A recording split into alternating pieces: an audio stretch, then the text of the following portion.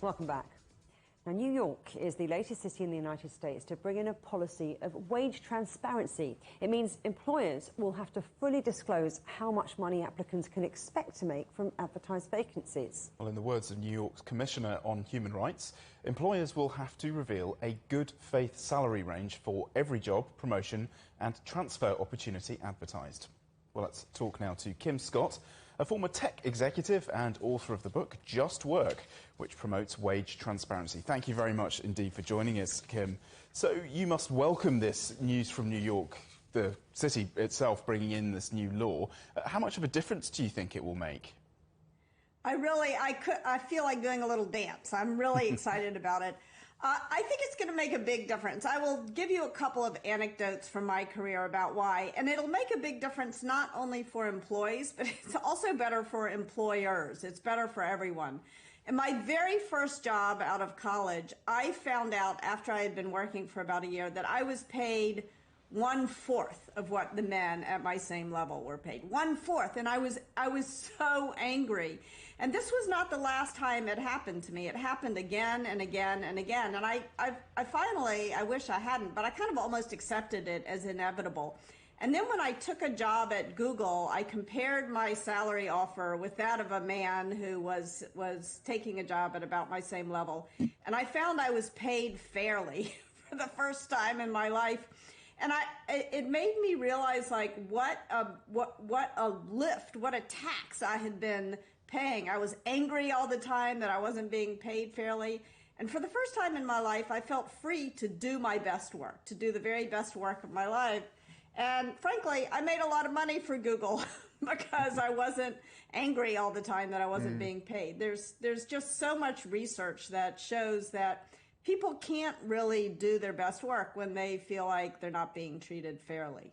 No, absolutely not. And you say it's good for the employers as well as the employees.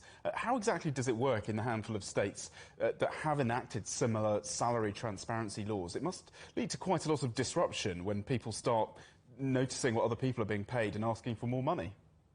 You know what? It actually doesn't lead to as much disruption as you would think, because what tends to happen when people don't know, they assume the worst. And then when the facts are on the table, they're like, oh, it's, either it's pretty bad and then the employers fix it, or it's not as bad as I thought it was. And so it kind of, once the data is out there, the transparency is kind of like a load off everyone's mind. They can just focus on doing their jobs.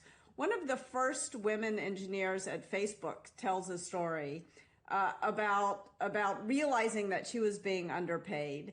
And she went to Mark Zuckerberg and she said, look, all I want to do is build great products. All you want me to do is build great products. But now there's some part of my mind that is worried about the fact that I'm not being treated fairly. Like, let's just take that off the table. It's more efficient. So there's an efficiency as well as a justice argument from the point of view of people who just want to do their best work and employers who just want to hire people who do their best work. It just takes a lot of that awkwardness out of the conversation if some of this stuff is already on the table. There are some loopholes, though, aren't there, in these new laws, such as actually they don't stop employers offering salaries outside of the advertised range when they come to actually making offers. And what about all these other perks, bonuses and benefits? Do these get declared as well? I don't think they do. And so there are many loopholes. And of course, the biggest loophole in tech is equity, which is totally inequitable, ironically. So very often people, sort of men get higher equity packages than women. White people get higher equity packages than people who are not white. So it's important to elevate the transparency beyond salary. But it's a great step in the right direction. And there are a number of companies. PayScale is a company, for example, that will help you identify bias in your pay, because there's a pay gap in the market. And if you ask people what they were paid in their last job and then you pay them the same thing, you're reflecting and reinforcing this pay gap in the market. So I think that making all of these things more transparent is important. And frankly, I think that employers are kidding themselves to think that people don't talk. People do talk. But making this chatter sort of more transparent is, I mean, imagine if you had to go to the grocery store and haggle with the checkout clerk about what you're going to pay for your eggs. It's just a giant waste of time. That's a great point.